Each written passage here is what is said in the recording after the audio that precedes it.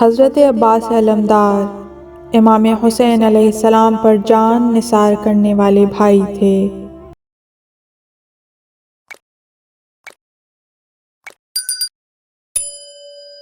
جب آپ نے دیکھا کہ تمام بھائی، عزیز و اقارب، انصار اور اصحاب شہید ہو گئے ہیں تو آپ خون کے آنسو روئے اور دردناک آہ بھرنے لگے۔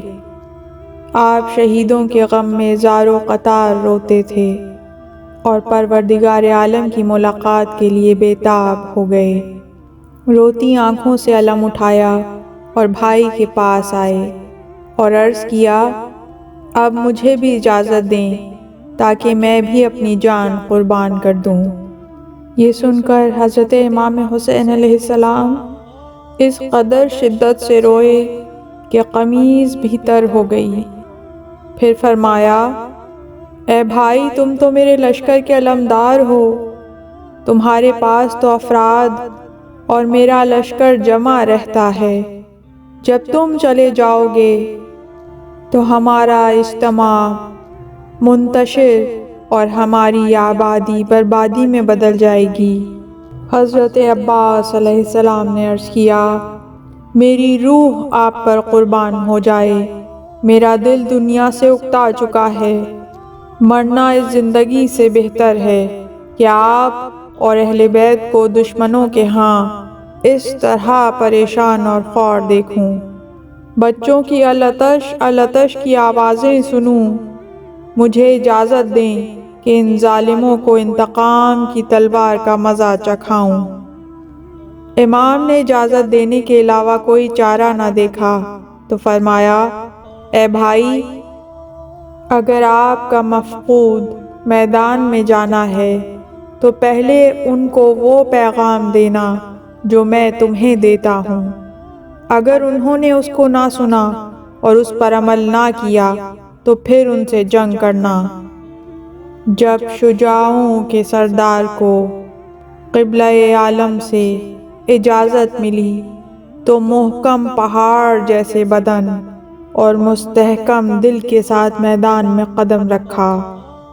عباس علمدار بہت بڑے شہسوار، شجاع، شیر غضنفر، تجربہ کار نیزہ زن اور تلوار چلانے کے ماہر تھے۔ اپنے مخصوص گھوڑے پر سوار ہو کر مصری تلوار، رومی خود اور مکی ڈھال لے کر میدان میں اترے۔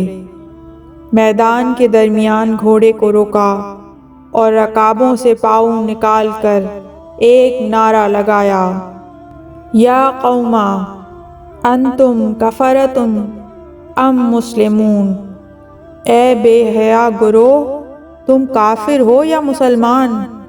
اگر تم مسلمان ہو تو اسلام کا یہ طریقہ نہیں کہ پیغمبر کی اولاد اور فاطمۃ الزہرا سلام اللہ علیہا کی ذریت اور ساقی کوثر کے فرزندوں کو نہر فرات کے کنارے پیاسا رکھ کر ظلم کیا جائے۔ پھر حضرت عباس علمدار نے امام حسین علیہ السلام کا پیغام پہنچایا۔ امام حسین عالی مقام فرما رہے ہیں کہ تم نے میرے اصحاب، بھائی، چچا زاد سب شہید کر دیے، اب میں اپنے اہل و عیال اور بچوں کے ساتھ تنہا رہ گیا ہوں، اور میرے بچے پیاس سے دنیا سے گزرنے والے ہیں۔ اس کے باوجود امام حسین علیہ السلام فرماتے ہیں کہ تم مجھے چھوڑ دو، میں روم یا ہندوستان کی طرف چلا جاؤں گا اور حجاز اور عراق کو خالی کر دوں گا۔ اگر میری یہ خواہش پوری کرتے ہو تو وعدہ کرتا ہوں کہ کل قیامت کو تمہاری شکایت نہیں کروں گا اور اپنے جوانوں کے خون کا بدلہ نہیں مانگوں گا، خدا کی جو مرضی آئے گی تمہارے ساتھ کرے گا۔ اے بدبخت لوگوں، میرے بھائی کی یہ خواہش پوری کرو، میں تمہیں نصیحت کرتا ہوں۔ اس بے حیا قوم نے باب المراد کی نصیحتیں سنیں تو کچھ رونے لگے اور کچھ خاموش کھڑے رہے۔ پھر کچھ لوگ ایک طرف ہو کر گھوڑوں سے اترے، سر میں خاک ڈالی اور رونے لگے۔ پھر جناب عباس علمدار نے کہا، اے بے انصاف لوگوں، اگر یہ خواہش بھی پوری نہیں کر سکتے تو پانی دے دو جو ان کی ماں سیدہ فاطمۃ الزہرا سلام اللہ علیہا کا حق مہر ہے، تاکہ چھوٹے چھوٹے بچے مرنے سے بچ جائیں۔ یہ بات سن کر اکثر لوگ رونے لگے۔ شمر نے شبس بن ربیع کو ساتھ لیا اور دونوں ایک طرف ہو گئے۔ پھر چلتے ہوئے قمر بنی ہاشم کے قریب آئے اور آہستہ سے کہا، اے ابو تراب کے فرزند، جاؤ اپنے بھائی سے کہہ دو کہ تمام دنیا پر پانی آ جائے اور ہمارے اختیار میں ہو تو بھی ایک قطرہ نہیں دیں گے، نہ تمہیں اور نہ تمہارے اہل بیت کو، نہ بچوں کو۔ البتہ یزید کی بیعت کر لینے سے سب کچھ مل سکتا ہے۔ جناب قمر بنی ہاشم مایوس ہو کر واپس بھائی کے پاس آئے اور ان ملعونوں کا جواب بتایا اور روتے رہے۔ امام نے سر جھکا لیا اور اس قدر روئے کہ گریبان تک قمیض بھی تر ہو گئی۔ جناب قمر بنی ہاشم بھی کھڑے روتے رہے۔ لشکر والوں نے شور مچایا اور گالیاں بکنا شروع کر دیں۔ ہم سورج کی گرمی میں جل رہے ہیں، جلدی میدان میں نکلو۔ لشکر کی زبان درازیوں پر خیام میں مخدرات عصمت کی آہو بکا تھی۔ بچے العطش العطش پکار رہے تھے۔ جناب عباس علمدار اپنی زندگی سے سیر ہو چکے تھے اور مزید جینا پسند نہ کرتے تھے، اس لیے رو کر امام حسین علیہ السلام سے عرض کیا، مجھے اجازت دیں کہ شاید تلوار کی گرمی سے ان چھوٹے بچوں کے لیے پانی لا سکوں۔ اجازت ملی کہ جاؤ، صرف پانی لے آؤ۔ جناب عباس علیہ السلام مشق لینے کی خاطر خیام میں آئے اور زبان حال سے فرمایا، اے بچوں، خدا حافظ، میری خدمت پر راضی رہنا۔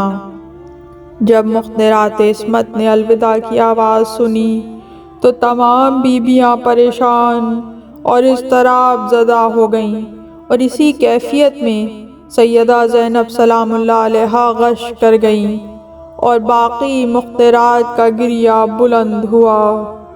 بچوں نے چچا کے دامن میں پناہ لی اور گریہ کیا اور ایک خشک مشق لے آئے اور علمدار سے پانی طلب کیا۔ قمر بنی ہاشم نے آسمان کی طرف دیکھا اور عرض کیا، الہی و سیدی، اے میرے اللہ، میری امید کو نا امیدی میں نہ بدلنا۔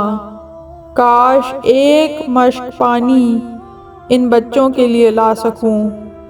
پھر اپنے گھوڑے پر سوار ہوئے، نیزہ اٹھایا، مشق کندھے سے لٹکائی اور سفر آخرت پر روانہ ہو گئے۔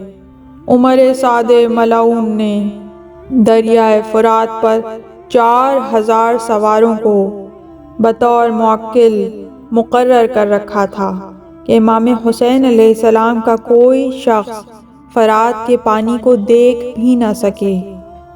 جب لشکر نے حضرت عباس علمدار کو فرات کی طرف آتے ہوئے دیکھا تو ہر طرف سے راستہ روک لیا۔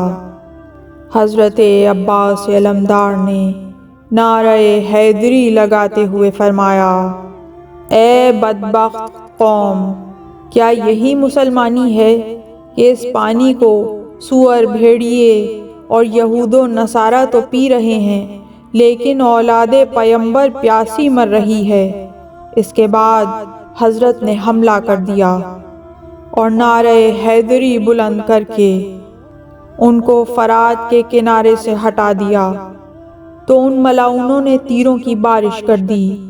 حضرت کے دریائے غیرت میں جوش آیا اور قہاریت کا سمندر موجزن ہو گیا۔ آپ نے ایک لہجے میں لومڑی صفت لشکر کو متفرق کر دیا۔ لشکر والے ایسے بھاگتے تھے جیسے لومڑی شیر سے بھاگتی ہے۔ نہر فرات پر عباس کا قبضہ ہو گیا۔ آپ فرات میں داخل ہوئے تو پانی سے آنے والی نسیم حضرت کے مشام میں پہنچی۔ آپ کو پانی کی ٹھنڈک محسوس ہوئی۔ آپ نے رکابوں کے نیچے والے پانی کو ہاتھوں میں اٹھایا اور پانی کو دیکھتے رہے۔ پیاس کی شدت تھی۔ فذکر عطش الحسین، لیکن پھر امام حسین علیہ السلام اور ان کے چھوٹے چھوٹے بچوں کی پیاس یاد آئی تو آپ نے پانی کو دریا میں پھینک دیا اور مشک بھر کر کندھے پر لٹکائی اور فرات سے باہر نکل آئے۔ جب لشکر نے دیکھا کہ حضرت عباس فرات سے پانی کی مشک بھر کر خیام میں لے جانا چاہتے ہیں تو ایک دم سب نے حملہ کر دیا اور حضرت کے خیام کو جانے والے راستے بند کر دیے، بلکہ ہر طرف احاطہ کر لیا۔ بہت شدید جنگ ہوئی۔ اسی جنگ کے دوران میں نوفل بن ازرق ملعون نے کمین گاہ سے نکل کر تلوار سے حملہ کیا، جس سے حضرت عباس علمدار کا دایاں بازو کٹ گیا۔ یوں باب المراد کی آدھی امیدیں ٹوٹ گئیں۔ حضرت عباس علمدار نے نیزہ اور مشق بائیں بازو میں کر لیے۔ ایک ملعون نے کمین گاہ سے تلوار کا وار کیا، جس سے غازی عباس کا بایاں بازو بھی قلم ہو گیا۔ اب ابو الفضل العباس کی امیدیں نا امیدی میں بدل گئیں۔ ہزاروں مشکل سے مشق کو اپنے دانتوں میں لیا اور اسی حال میں ایڑ لگا لگا کر خیام کی طرف گھوڑے کو تیز دوڑا رہے تھے کہ دو تیر دشمن کی طرف سے آئے، کہ ایک تیر مشق میں لگا اور دوسرا تیر سینہ مبارک میں لگا اور وہیں پیوست ہو گیا۔ ایک اور روایت میں ہے کہ پھر ایک اور تیر آیا جو سیدھا حضرت کی دائیں آنکھ میں لگا، لیکن آپ کے ہاتھ نہ تھے کہ تیر نکالتے۔ ارباب مقاتل نے لکھا ہے، ان تیروں کے لگنے سے شدت درد کی وجہ سے حضرت عباس کا سر جھک گیا۔ جب ابن سعد کے لشکر نے دیکھا کہ اب عباس علمدار کوئی حملہ نہیں کر سکتے تو سب نزدیک آئے اور انہوں نے مل کر باب الحوائج پر حملہ کر دیا۔ ہر شخص اپنے باپ، بھائی، چچا اور بیٹے کا بدلہ لینے کے لیے ضربیں لگا رہا تھا۔ یوں عباس جری کے بدن مبارک کو نیزوں سے چھلنی کر دیا گیا۔ اسی دوران میں ایک ملعون نے لوہے کا گرز آپ کے سر پر مارا۔ فانقلب عن فراسہ الی الارض، اب زین پر سنبھلا نہ گیا اور زین سے زمین بوس ہو گئے، اور امام کو آواز دی، یا ابا عبداللہ علیک منی السلام، یا اخی الحسین ادرکنی، یا ابا عبداللہ آپ پر میرا آخری سلام، آقا حسین میری مدد کو پہنچیے۔ جب یہ آواز امام حسین علیہ السلام کے کانوں میں پہنچی تو یہ بین کرتے ہوئے چلے، وا عباسا وا قرۃ عینہ وا قلۃ ناصرہ۔ امام روتے ہوئے آئے اور عمر ابن سعد کے لشکر پر حملہ کر دیا اور ان کو حضرت عباس سے دور ہٹا کر عباس علمدار کے سرہانے بیٹھے اور ایک نوحہ پڑھا اور ماتم کیا۔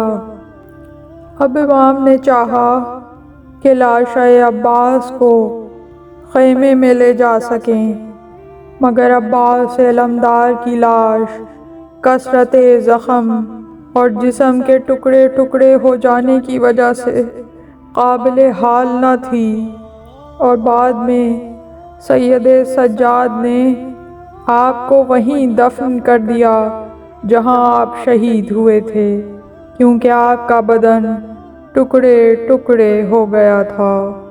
انا للہ و انا الیہ راجعون، رضا بقضائہ و تسلیما لامرہ۔ اس طرح کی مزید تحقیقی، علمی اور تاریخی ویڈیوز دیکھنے کے لیے چینل کو سبسکرائب کیجیے اور بیل آئیکن پہ کلک کیجیے۔ ویڈیو کو لائک کریں اور کامنٹس کے ذریعے بتائیے کہ آپ کو ویڈیو کیسی لگی۔ اگلی ویڈیو تک کے لیے خدا نگہدار۔